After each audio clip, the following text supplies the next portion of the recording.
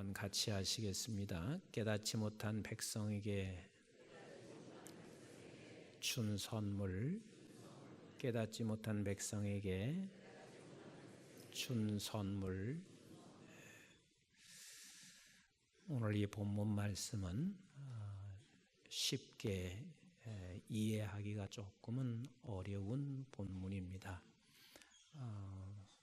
우리 예수님께서는 말씀을 하시는데 뭐가 아니면 절대 말씀하지 않았어요? 비유가 아니면 절대 말씀하시지 않았습니다. 그렇다는 이야기는 예수 그리스도께서 하신 모든 말씀은 뭐라는 거예요? 비유로 하셨습니다. 비유로 하셨습니다. 그래서 우리가 잘못 이해하면 이렇게 생각할 수가 있습니다. 예수님은 모든 말씀을 비유로 하셨으니까 우리도 모든 말을 예수님 닮아서 비유로 해야 되는 거 아닌가, 이렇게 오해하고 그렇게 생각할 수가 있습니다. 우리 한번 본문 34절을 다시 한번 볼까요? 시작. 예수께서 이 모든 것을 무리에게 비유로 말씀하시고 비유가 아니면 아무것도 말씀하지 아니하셨다. 비유가 아니면 예수님은 아무것도 말씀하시지 않았습니다. 왜 예수님께서는 비유가 아니면 아무것도 말씀하지 않으셨다라고 말씀하셨고, 도대체 이 비유가 뭐길래 비유가 아니면 예수님은 아무것도 말씀하시지 않으셨다는 말인가? 여러분, 비유라고 하는 것은 어떤 사물이나 인물이나 사건을 좀 더 이해하기 쉽게 하기 위하여 비슷한 성질의 사물과 사건을 그것을 빗대서 좀 더 이해를 돕게 하기 위해서 쓰는 말이, 이게 사전적 의미의 비유의 뜻입니다. 자, 예를 든다면 우리가 부부가 아주 금실이 좋습니다. 무슨 부부라고 그래요? 그렇죠. 인꼬 부부라 그럽니다. 제가 아는 목사님 한 분이 인꼬새를 집에다가 갖다 키웠답니다. 그런데 그 인꼬새를 키우면서 본인이 너무 많은 것을 깨달았대요. 아침에 딱 일어나서 보니까 이 인꼬새는 일어나자마자 서로 부리를 맞추면서 계속 입맞춤을 하더래요. 그러니까 이 새는 보통 이게 부부가 사이가 좋은 게 아니구나. 그런데 얼마 이 인꼬새가 자라다가 인꼬새 아내가 암놈 인꼬새가 죽었대요. 근데 죽었는데 그때부터 이 인꼬새가 이 밥을 주어도 먹지를 않는 거예요. 그래서 결국은 계속해서 먹지 않아서 얼마 있다가 이 남편 인꼬새도 죽었어요. 그것을 가만히 들여다보면서 나는 목사인데 뭔가 새만도 못한 우리의 부부 생활이 아닌가, 이런 생각을 하게 됐다고 그래요. 그러니까 이게 바로 비유예요. 그러니까 금실이 좋은 부부를 인꼬 부부라, 이렇게 비유를 말한단 말이에요. 근데 우리 예수님께서 오직 비유로만 말씀하셨다 라고 말씀하시고 있는데, 도대체 이게 무엇을 깨닫게 하기 위해서 비유로만 계속 말씀하셨을까? 지금 누가복음 13장에서는 천국의 비유를 말씀하시고 있는데, 혹자는 이렇게 생각할 수 있어요. 천국을 깨닫게 하기 위해서 이것저것 비유를 들어서 설명한 거 아닌가, 이렇게 생각할 수가 있습니다. 근데 그게 아니거든요. 예수님께서 비유로만 말씀하셨다 하는 이 말은 예전에도 지금도 앞으로도 하나님께서는 계속해서 비유를 말씀하시고 계신데, 여기서 말하는 비유는 예수 그리스도가 누구신지를 지금까지 계속해서 비유로 말씀하셨다 하는 이야기입니다. 그러니까 예수 그리스도가 누구신지에 대하여 좀 더 이해를 돕기 위하여, 깨닫게 하기 위하여 구약의 창세기에서부터 계시록까지 다 무엇으로 말씀하신 거예요? 그렇죠. 비유로 말씀하셨단 말이에요. 누구에 대한 것을 깨닫게 하기 위해서? 예수 그리스도에 대해서. 그래서 구약에 있는 말씀도 결국은 누구를 깨닫게 하기 위한 거예요? 예수 그리스도를. 그리고 신약에 있는 것도 누구를 깨닫게 하기 위한 거? 예수 그리스도를. 특별히 이 마태복음에서는 예수가 누구신가? 예수가 누구신가? 이것을 깨닫게 하기 위하여 비유로만 말씀하셨더라. 다시 말하면 예수에 관한 이야기를 성경은 계속해서 말씀하셨고, 그리고 수많은 선지자들을 보내시면서 이 예수 그리스도에 관한 것을 비유로 말씀을 계속 하셨다 그 말이에요. 그렇지만 사람들은 깨달았어요? 못 깨달았어요?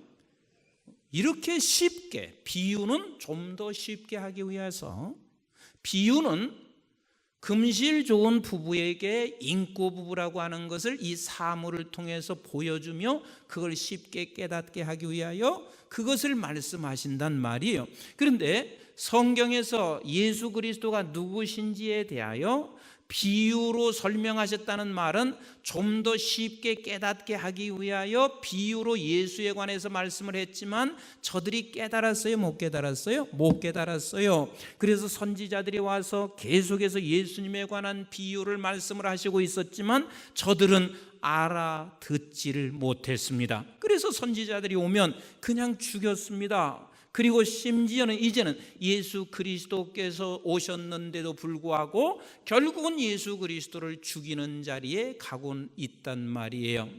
왜 그렇습니까? 왜 그렇습니까? 저들이 생각하고 있는 메시아는 예수 그리스도께서 말씀하시고 있는 이 메시아에 대하여 이해를 못하고 있습니다. 모든 말씀을 비유로 하셨는데도 불구하고, 알기 쉽게 했는데도 불구하고 이해를 못해요. 저들이 오면, 메시아가 오면 어떻게 해야 되냐면 현실의 문제를 해결해 주어야 이게 메시아인 거예요. 오늘도 우리 비슷하지 않아요?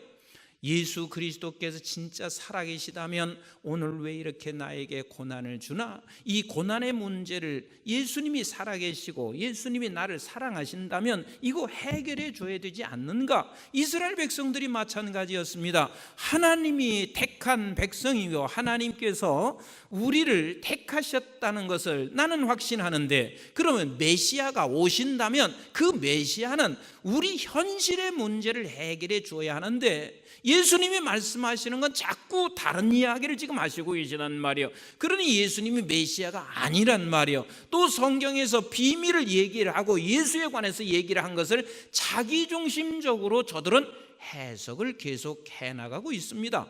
또 우리는 이렇게 생각하잖아요. 예수 그리스도께서 오신다면, 메시아가 오신다면 오셔서 어떻게 해야 돼요? 나를 지금까지 억울하게 만들었던 저 사람들은 당장 심판하셔서 지옥을 보내든지 아니면 이 세상에서 어렵게 만들든지, 그리고 나만 싹 빼내야 되는데, 그런데 아니 메시아가 와서 그 일을 하지 않는다면 무슨 그게 메시아냐?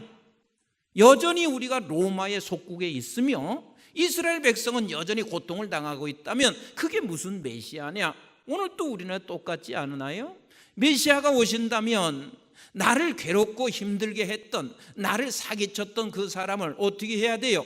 하나님께서 그냥 오늘 또 이 빈판길에 집에 가다가 그런 사람들은 넘어져서 다리가 부러지든지 아니면 차가 교통사고가 나든지 뭐 이래야 되고, 그리고 나는 나를 억울하게 한 사람은 그렇게 심판을 받아야 되고, 나는 빈판에 넘어졌는데도 아무 다친 데가 없어요. 이렇게 돼야 되는 것이, 이게 예수가 내게 오신 메시아가 아니냐?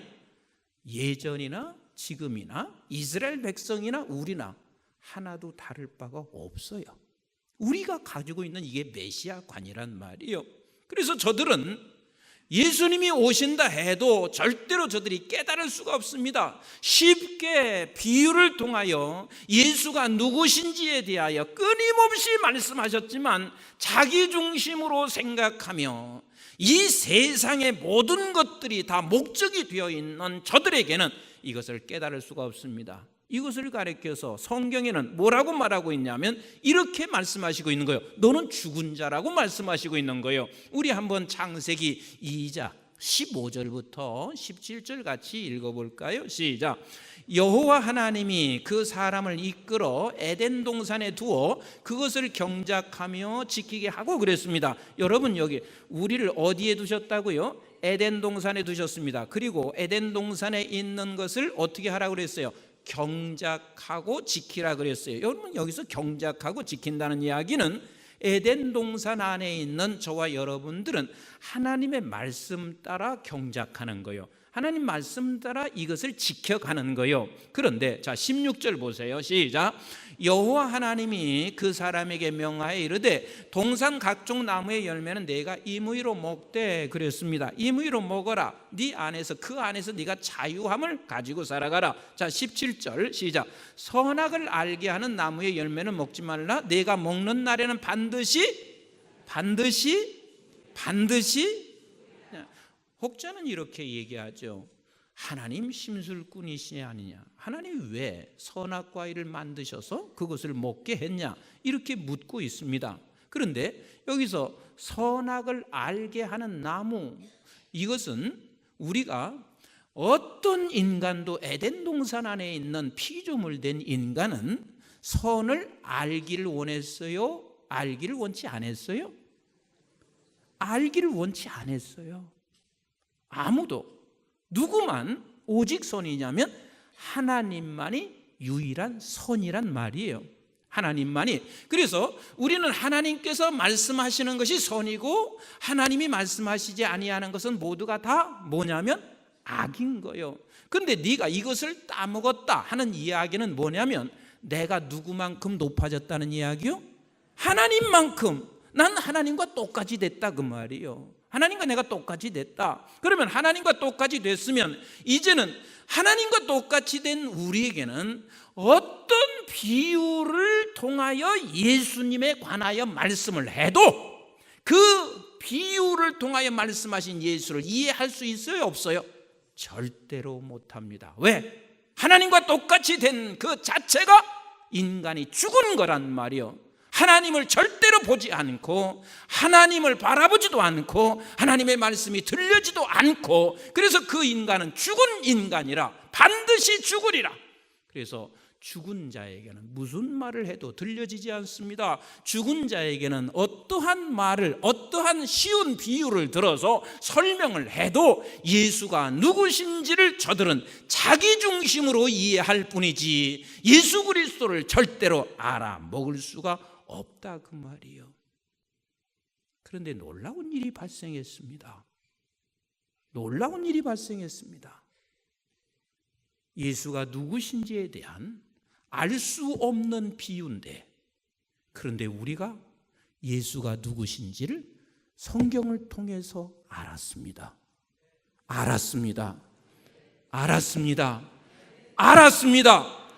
아니 그러면 도대체 어떻게 우리가 성경을 통하여 이 비유로 설명하기 아무리 쉽게 설명을 해놨어도 알 수 없는 사람이었었는데 어느 날 우리가 이 말씀을 들으며 말씀을 읽고 말씀을 깨달아지고 내가 알았습니다. 그런 알았다는 것은 도대체 어떻게 알아졌는가? 우리 한번 에레미야서 31장 31절부터 같이 읽어보세요. 시작. 여호와의 말씀이니라. 보라 날이 이르리니 내가 이스라엘 집과 유다 집에 새 언약을 맺으리라. 뭘 맺어요? 새 언약. 옛 언약의 백성으로는 너는 못 알아. 그래서 내가 새 언약을 맺으리라. 자, 조금 더 읽어보세요. 32절 시작. 이 언약은 내가 그들의 조상들의 손을 잡고 애굽 땅에서 인도하여 내던 날에 맺은 것과 같지 아니할 것이며, 그때 맺은 것은 무슨 언약이요? 옛 언약이요. 그런데 옛 언약도 이게 무슨 얘기였었냐면 예수님에 대한 비유였습니다. 이해가 지금 되시나요?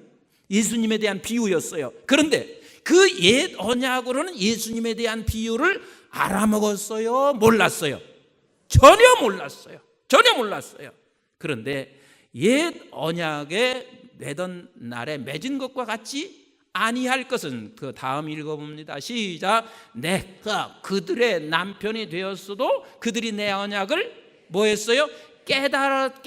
깨뜨렸음이라. 여호와의 말씀이니라. 자, 33절을 보세요. 시작. 그러나 그날 후에 내가 이스라엘 집과 맺을 언약은 이러하니 곧 내가 나의 법을 그들의 속에 두며, 뭐 어디에 두었어요? 그들의 속에 두며. 이게 속에 두었다는 말이 무슨 소리냐면 우리를 완전히 갈아치운 거예요. 옛 생명, 옛 것은 완전히 지워버리고 새로운 생명으로, 새로운 피조물로 우리를 바꿔 놓았단 말이에요. 자, 이렇게 제가 비유로 말씀드릴게요. 세단차가 하나 있습니다. 그래서 누가 세단차 선물을 했습니다. 이제 운전을 하려고 키를 꽂고 시동을 걸었는데 찌직 하다가 시동이 꺼졌습니다. 내가 뭐 잘못하고 있나 생각해서 다시 한번 시동을 잘 걸어봤어요. 근데 찌직 하다가 또 꺼졌어요. 그래서 전문가를 불렀습니다. 그 전문가가 이렇게 시동을 건드리 찌직 하다가 꺼져요. 그리고 본네트를 열어봤습니다. 겉에만 세단차지 속은 다 썩어버렸어요. 그러니까 이 시동이 걸릴 수도 없고 갈 수도 없어요. 그러면서 전문가가 하는 이야기가 이건 고쳐서도 안 돼요. 완전히 망가진 거예요. 그럼 어떻게 해야 돼요? 어떻게 해야 돼요? 어떻게 해야 되냐고요? 완전히 갈아쳐야 돼요. 그러니까 그래도 겉보기는 놔두니까 겉은 놔두고 속은 그냥 다 갈아치세요. 그래서 속을 완전히 다 바꿨어요. 그리고 시동을 걸었더니 엔진이 어떻게 됐겠어요? 돌아가기 시작했습니다. 그리고 갔습니다. 그러니까 다시 말하면 그렇게 쉬운 비유로 말씀을 했어도 누구에 관해서 말씀했어요? 예수님에 관해서. 그래서 성경 전체가 다 누구에 관한 이야기요? 예수님에 관한 이야기지만 저들이 못 알아들었단 말이에요. 옛 언약 속에 옛 언약이 예수님이 없어서 그런 것이 아니라 너가 갈아치지 아니하면, 내 속을 바꾸지 아니하면 못 알아듣는 거란 말이에요. 그래서 우리 예수님께서 비유 속에서 가장 절정적인 비유가 뭐냐면, 예수님은 이 세상에 우리를 위하여 오셨고 예수 그리스도께서 우리를 위하여 죽으셨고 예수 그리스도께서 우리를 위하여 부활하신 것이, 이게 절정적인 비유란 말이에요. 근데 이 비유를 못 깨닫는 거예요. 예수님은 오셔서 자기가 생각할 때는 메시아가 오셔서 나를 괴롭힌 저 백성들은 전부 다 죽여놓고 우리만 살려놓고, 그리고 나는 좋은 것, 세상에서 좋은 걸 누려야 하는 건데, 그런 메시아로 생각했는데, 그러나 그 메시아가 오셔서 십자가에 죽고 부활하신 것을, 이 비밀을 우리가 어느 순간 깨달아졌습니다. 깨달아졌습니다.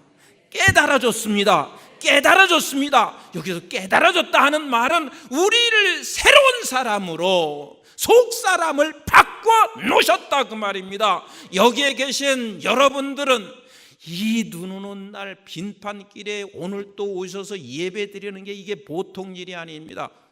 세상 사람들이 봤을 때는 약간 정신 나가신 분들입니다. 그러나 저들이 봤을 때는 약간 정신 나간 것 같지만 사실은 저와 여러분들이 속 사람이 바뀌어져서 그런 거예요. 바뀌어지지 않고 오늘 이 자리에 나올 이유가 없는 분들이란 말이에요. 그래서 그 속사람을, 내가 속사람을 바꾸어서, 우리 한번 34절을 조금 더 마무리를 읽어보시도록 하겠습니다. 시작. 그들이 다시는 각각 이웃과 형제를 가리켜 이르기를 너는 여호와를 알라 하지 아니하리니 이는 작은 자로부터 큰 자까지 다 나를 뭐하기 때문에, 이제 알아졌기 때문에 때문이라. 내가 그들의 악행을 사하시고 다시는 그 죄를 기억하지 아니하리라. 여호와의 말씀이니라. 아멘이신가요? 그래서 우리는 깨닫지 못한 백성에게 준 선물이 뭐냐면 속사람이 바뀌어져서 이제는 저와 여러분들이 이 비유를 깨달아진 거예요. 아멘이신가요? 이 비유를 깨달아진 거예요. 이게 얼마나 감격스러운지 몰라요. 여러분 성경책 갖다가 여러분 이 사람들에게 한번 갖다 보여줘 보세요. 창세기 조금 읽다가 뭐 이런 게 다 있나? 그 다음에 조금 출애굽기 있다가 뭐 이런 역사 얘기 뭐 허무맹랑한 소리가 다 있나? 레위기 있다가 한 장도 못 읽고 꾸벅꾸벅 졸고 그리고 나서는 집어 던져버리잖아요. 그런데 우리는 이게 비유가 알아줬습니다. 그래서 성경을 보면서 깨달아지기 시작합니다. 여기서 예수 그리스도를 발견합니다. 하나님이 어떤 분인가를 우리가 알기 시작했습니다. 그런 선물이 우리에게 주어진 백성이란 말이에요. 아멘이신가요? 그것이 바로 지금 34절에 하시는 말씀이면서 34절을 하시고 하필이면 왜 35절을 이렇게 연결해서 말씀하시고 있는지 모르겠어요. 35절 같이 한번 읽어보세요. 시작. 이는 선지자를 통하여 말씀하신 바 내가 입을 열어 비유로 말하고 창세부터 감추인 것들을 드러내리라 함을 이루려 하심이니라 라고 말씀하시고 있습니다. 35절 말씀을 여러분 성경책에 보면 기억이라고 쓰고 밑에 보면 거기에 풋노트가 달려 있습니다. 어디를 인용하고 있냐면 시편 78편 1절로 4절을 인용하고 있는데 하나님께서 왜 주님이 이 말씀을 하시고 시편 78편 1절로 4절을 인용하시는 이유가 있는 거예요. 자, 그러면 시편 78편 1절로 4절을 같이 한번 보실까요? 시작. 내 백성이요 내 율법을 들으며 내 입의 말에 귀를 기울일지어다. 우리는 그 귀를 기울일 수 있는 분들이에요. 아멘이신가요? 자, 2절 시작. 내가 입을 열어 비유로 말하며 예로부터 감추었던 것을 드러내려 하니. 누구를 통해서 드러낼까요? 저와 여러분들을 통해서 지금 그걸 드러내고 있습니다. 3절 시작. 이는 우리가 들어서 아는 바요 우리의 조상들이 우리에게 전한 바라. 우리가 이를 그들의 자손에게 숨기지 아니하고 여호와의 영예와 그의 능력과 그가 행하신 기이한 사적을 후대에 전하리로다 그랬습니다. 이게 누구를 통해서 하나님이 하신 말씀이냐면 아삽의 시입니다. 그 여러분 시편 78편 위에 보면 아삽이라 써 있습니다. 이 아삽을 통해서 하나님께서 시편 78편을 기록하고 있는데 아삽이 누구냐면 다윗 왕조 때 세 사람이 악장들이 있었는데 그 세 사람의 악장 중에 즉 하나님께 찬송을 부르는 일을 감당했던 악장입니다. 그 중에서 악장의 우두머리였던 분이 아삽이었습니다. 그래서 하나님이 이 아삽을 통해서 시편 150편 중에 12편을 기록하게 하시고 있어요. 시편 50편과 시편 73편에서부터 시편 83편까지 아삽을 통해서 기록하고 있는데 이 아삽을 통해서 기록하는 이 모든 시편은 뭐냐면 너가 이 비밀을 깨달은 자가 예수 그리스도를 아는 자가 무엇하기를 원하냐면 하나님을 소망 삼고 날마다 찬송하라 이거예요. 하나님을 소망 삼고 찬송하면서 살아라. 그래서 지금 저와 여러분들이 이제는 이 비밀 예수 그리스도를 깨달은 자의 그 놀라운 선물을 받은 사람들은 이제는 어디로 가야 하냐면 너는 이제는 옛사람이 아니거든. 너는 옛 율법에 속해서 깨닫지 못한 자가 아니라 이제는 깨달은 자이기 때문에 너는 내 자신과 세상이 소망이 아니라 이제는 어떤 상황 속에서도 여호와 하나님이 너의 소망이다. 이것을 가르쳐 주시고 있는 말씀이란 말이에요. 아멘이신가요? 우리 한번 다윗을 통해서 기록하고 있는 시편 62편 우리 5절부터 같이 한번 읽어보실까요? 시작. 나의 영혼아 잠잠히 하나님만 바라보라. 누구를 바라보라고요? 하나님만 바라보라. 누가? 이 비밀을 깨달은 자, 예수 그리스도로 인하여 우리가 새로운 피조물이 돼서 새롭게 바뀌어진 자는 내 영혼아 잠잠히 하나님만 바라보라. 무릇 나의 소망이 그로부터 나오는도다. 그로부터 나오는도다. 우리가 옛사람은 절대로 하나님이 소망이 될 수가 없습니다. 내가 소망이 되며 세상이 소망이 되고, 그러나 이제는 우리는 하나님만 소망 삼아라. 그래서 하나님만 소망 삼는 자는 반드시 어디로 가냐면 찬송하는 자리로 가지만, 하나님을 소망 삼지 아니하는 자는 원망과 불평의 자리에 네가 머물러 있을 것이다. 여러분, 예수 믿는 사람들에게도 절망하는 경우들이 항상 우리에게 찾아옵니다. 왜 절망하냐면 하나님만 잠잠히 바라봐야 할 우리가 아직도 세상을 바라보니까 절망할 수밖에 없습니다. 그리고 교회 안에서도 그렇습니다. 우리 사역 지원들 하세요. 사역을 하세요. 교회에서 또 새로운 일을 발표를 합니다. 그러면 대다수가 뭐라고 하는 줄 아세요? 또 새로운 일이야? 안 되는 거 왜 또 하나? 지난번 다 해봤잖아. 근데 왜 또 하나? 이렇게 대다수 생각합니다. 그런데 우리가 놓치지 말아야 할 거 있습니다. 지난번 했는데 실패해서 이번도 하면 실패해. 이게 얼마나 우리가 지금 잘못 생각하는지 모릅니다. 지난번 했던 것을 다시 똑같은 방법으로 지금 한다 하고, 또 똑같은 방법으로 내년에 한다고 했을 때 같을까요? 다를까요? 같을까요? 다를까요? 달라요. 왠 줄 아세요? 작년에 그 방법, 작년에 했던 그 방법을 금년에 똑같은 방법을 써서 해도 뭐가 다르냐면 시간이 다른 거예요. 하나님께서는요, 같은 방법을 써도 오늘 이루지 못할 일을 내일 이루시는 우리 하나님이세요. 그래서 시간이 다르면 다른 거예요. 우리는 그래서 날마다 새롭게, 날마다 새로운 거예요. 그래서 우리는 좌절과 절망에 빠지는 것이 아니라 오늘 또 다시 새로운 일을 또 시작하는 거예요. 같은 방법이라 할지라도 시간이 달라지고 있습니다. 같은 방법이라 할지라도 2018년은 다른 시간에 우리가 놓여 있다는 사실을 놓치지 마셔야 돼요. 우리에게는 절망이라는 것은 이건 있을 수가 없는 것이고, 반드시 우리는 잠잠히 여호와를 바라보아야 합니다. 이게 바로 깨닫지 못한 백성에게 준 선물, 다시 말하면 새로운 피조물로 바꿔진 그리스도로 인하여 우리가 예전엔 하나님의 백성된 저와 여러분들은 어떠한 절망 속에서도 절망의 늪에 빠지지 아니하고 잠잠히 여호와를 바라보는 것입니다. 여러분, 광야에서 살던 사람이 이걸 놓친 거 아니겠어요? 결국은 하나님께서 그들에게 죽여가면서도 뭐라고 말하고 있냐면 놋뱀을 만들고 그것을 바라보라. 잠잠히 너 그것을 바라보라.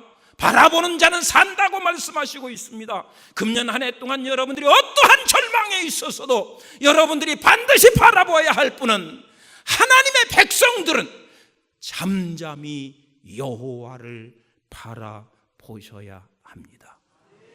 이것이 비유를 깨달은 자들에게 주시는 메시지요. 그래서 35절의 아삽의 이 시편 인용하고 있는 것은 잠잠히 여호와를 바라보며 네가 찬송을 놓치지 마라, 감사를 놓치지 마라, 그리고 끝까지 너는 그분을 바라보라 라고 말씀하시고 계세요. 조금 더 읽어볼까요? 시작. 오직 그만이 나의 반석이시오 나의 구원이시요 나의 요새시니 내가 흔들리지 아니하리로다. 여러분, 이 고백이 우리에게 나와야 된단 말이에요. 7절 시작. 나의 구원과 영광이 어디에게 있으며 하나님께 있음이며 내 힘의 반석과 피난처도 어디에 있어요? 하나님께 있도다. 조금 더 읽어보세요. 시작. 백성들아 시시로 그들의 의지하고 그의 앞에 마음을 토하라. 마음을 토하라. 하나님은 우리의 피난처시로다. 아멘이신가요? 그래서 우리는 절망하는 것이 아니라 어떤 절망의 상황 속에서도 잠잠히 여호와를 바라보며 그분에게 피해서 그분께 나가서 기도하는 그 자리에 서는 것이 우리가 할 일이지. 절망의 이야기를 하며 우리가 쓰러지는 것은 하나님의 백성들, 비유를 깨달은 백성들이 할 일이 아니라는 것을 말씀해 주시고 있습니다. 우리 여러분, 고라는 분을 통해서 하나님께서 또 시편 기록하게 했는데 시편 42편 5절 말씀도 한번 같이 보세요. 시작. 내 영혼아 내가 어찌하여 낙심하며 어찌하여 내 속에서 불안해하는가. 너는 하나님께 소망을 두라. 그가 나타나 도우심으로 말미암아 내가 여전히 찬송하리로다. 그렇습니다. 나는 사역을 한번 시작해봤더니 결국은 나를 절망시켰어. 그래도 여러분, 다시 2018년 다시 시작하셔야 합니다. 다시 시작해야 합니다. 낙심하지 말아야 합니다. 어떤 상황에도 낙심하게 하는 건 사단이 우리를 넘어뜨리게 하는 거예요. 옛사람이 우리는 아닌 거예요. 비밀을 깨달은 자입니다. 비밀을 깨달은 것은 내가 절대로 깨달아질 수 없습니다. 비밀을 깨달았다는 것은 우리는 속사람을 바꿔 놓으셨기 때문에 깨달은 것입니다. 여러분, 창세기 32장 보면 야곱의 사건을 보게 되는데 야곱이 야복강가에서 이젠 철저하게 깨닫는 바가 있습니다. 무엇을 깨닫고 있냐면 나 자신 야곱을 의지해서는 안 되겠다는 것을 깨닫게 하시는 장면이 나옵니다. 우리 한번 32장 24절을 같이 보겠어요. 시작. 야곱은 홀로 남았더니 어떤 사람이 날이 새도록 야곱과 씨름하다가 자기가 야곱을 이기지 못함을 보고 그의 야곱의 허벅지 관절을 치매. 여러분 한번 보세요. 야곱이 얼마나 찔긴 사람인지 한번 보세요. 지금 하늘의 천사하고 싸우는데 얼마나 찔기게 싸우는지 몰라요. 이게 인간이에요. 누구나 마찬가지야. 내가 내 힘으로 이겨야 되겠다는 거예요. 내가 내 힘으로 사업도 해보고 내가 내 힘으로 자식도 이겨보고 내가 내 힘으로 다 이겨봐야 되겠다고 되게 찔겨요. 근데 아무리 찔겨도요, 그 하나님의 사자가 그냥 놔두지 않습니다. 어디를 쳤어요? 허벅지가 어디를 했어요? 남성의 고환을 친 거예요. 꼼짝 못하지요. 거기서 그냥 깨갱돼 버렸습니다. 더 이상 그는 아무것도 할 수 없는 그런 자신이 돼 버렸습니다. 자, 26절 한번 보세요. 시작. 그가 이르되 날이 세려하니 나로 가게 하라. 야곱이 이르되 당신이 내게 축복하지 아니하면 가게 하지 아니하겠나이다. 이제 야곱이 어디로 서 있냐면 자기는 이제 아무것도 못한다면 고관을 줬으니 아무것도 할 수 없으니까 그를 붙잡고 늘어지면서 당신 못 가요. 나 축복하지 못하면 못 가요. 이제는 자기 힘으로는 될 수 없다는 사실을 야곱이 철저하게 거기서 고백하잖아요. 당신 나 축복하지 않으면 못 가요. 그랬단 말이에요. 그랬더니 27절 보세요. 시작. 그 사람이 그에게 이르되 네 이름이 무엇이냐? 그가 이르되 야곱이니이다. 이 야곱이 뭐예요? 속이는 자요. 야곱아, 이걸 지금 묻는 이유가 그냥 묻는 게 아니에요. 야곱아, 너 자신을 의지했냐? 그게 다 속는 짓이야. 네가 세상의 재물을 의지했냐? 다 속는 짓이야. 세상 것 의지하는 거 전부 다 속는 짓이야. 그래서 그 이름을 물으시는 거예요. 네가 지금까지는 내 이름으로 살았어. 내 이름으로 노력했는데 그게 다 속은 짓이고 헛된 짓인 것을 지금 말씀하시고 계신 거란 말이요. 그러면서 하나님께서 뭐라고 말씀하시고 있냐면 28절 보세요. 시작. 그가 이르되 내 이름을 다시는 야곱이라 부를 것이 아니요 이스라엘이라 부를 것이니 그랬습니다. 이스라엘은 뭐래요? 이스라엘은 뭐예요? 하나님이 다스리는 자라 그 말이에요. 그러니까 이제는 너는 야곱 너 자신 속는 것에 의지하지 말라는 거요. 너는 이제부터는 하나님이 너를 다스리고 다스리시는 하나님만 의지하고 살아가라. 이 이야기를 지금 하신 거예요. 너는 지금 이제부터는 뭘로 부르라? 뭘로 부르라? 그럼 우리는 왜 야곱으로 사냐고요? 저한테 소리 지르라고만 하지 말고, 내가 소리를 이렇게 지르는 게 얼마나 여러분들 사랑하시고 사랑하고 답답하면 그러겠어요. 우리 이제 야곱으로 살지 말라는 거예요. 뭘로 살라는 거예요? 우리는 이제 이스라엘이라는 거예요. 하나님이 다스리는 석순이, 따라서 해보세요. 하나님이 다스리는 석순이, 뭐 제 이름 부르지 마시고 다시 한번, 하나님이 다스리는 석순이. 넌 하나님이 다스리는 석순이야. 그러니까 네가 왜 절망하냐는 거요. 2017년 12월 다 가고 있는데 내가 아무것도 없어. 뭐 하나 이루어진 것도 없어. 내일을 바라보니 다만 절망뿐이야. 절망하지 말라는 거요. 그분 앞에 서라. 잠잠히 그분 앞에 나가라 말씀하시고 계세요. 나가면 하나님께서 반드시 이렇게 역사하십니다. 마태복음 7장 7절로 같이 한번 읽어보겠어요. 시작. 구하라 그리하면 너희에게 주실 것이요, 찾으라 그리하면 찾아낼 것이요, 문을 두드리라 그리하면 너희에게 열릴 것이니, 구하는 이마다 받을 것이요, 찾는 이는 찾아낼 것이요, 두드리는 이에게 열릴 것이니라. 너희 중에 누가 아들이 떡을 달라 하는데 돌을 주며 생선을 달라 하는데 뱀을 줄 사람이 있겠느냐? 너희가 악한 자라도 좋은 것으로 자식에게 줄 줄 알거든 하물며 하늘에 계신 너희 아버지께서 구하는 자에게 좋은 것으로 주시지 않겠느냐? 믿으시면 아멘. 믿으시면 아멘. 믿으시면 아멘. 아이 목사님, 내가 작년에 다 구해봤습니다. 그런데 아무것도 없어요. 지금 다시 구해야 합니다. 작년에 구한 것과 지금 구하는 건 또 다른 거예요. 또 내일 또 구해야 합니다. 하나님의 방법으로, 하나님의 때에 하나님께서 주시는 우리 아버지이십니다. 사랑하는 성도 여러분, 저와 여러분들은 이제 옛 야곱이 아니라 우리는 이스라엘 사람입니다. 이스라엘입니다. 이 비밀을 깨달은 자라 그 말이에요. 여러분들이 사역을 하든 하지 아니하든 13, 14, 15 저녁에 꼭 나오셔서 한번 다시 하나님 앞에 잠잠히 서서 우리 기도하는 시간들 가지십시다.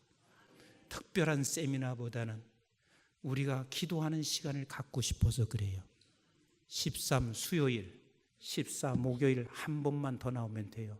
15일은 금요일이니까 어차피 나오는 것이고, 13, 14, 15일 저녁에 함께 나오셔서 잠잠히 여호와께 기도하시면서 우리의 내년 사역과 내년을 열어가는 우리 모두가 되시기를 주님의 이름으로 축복합니다. 기도하겠습니다.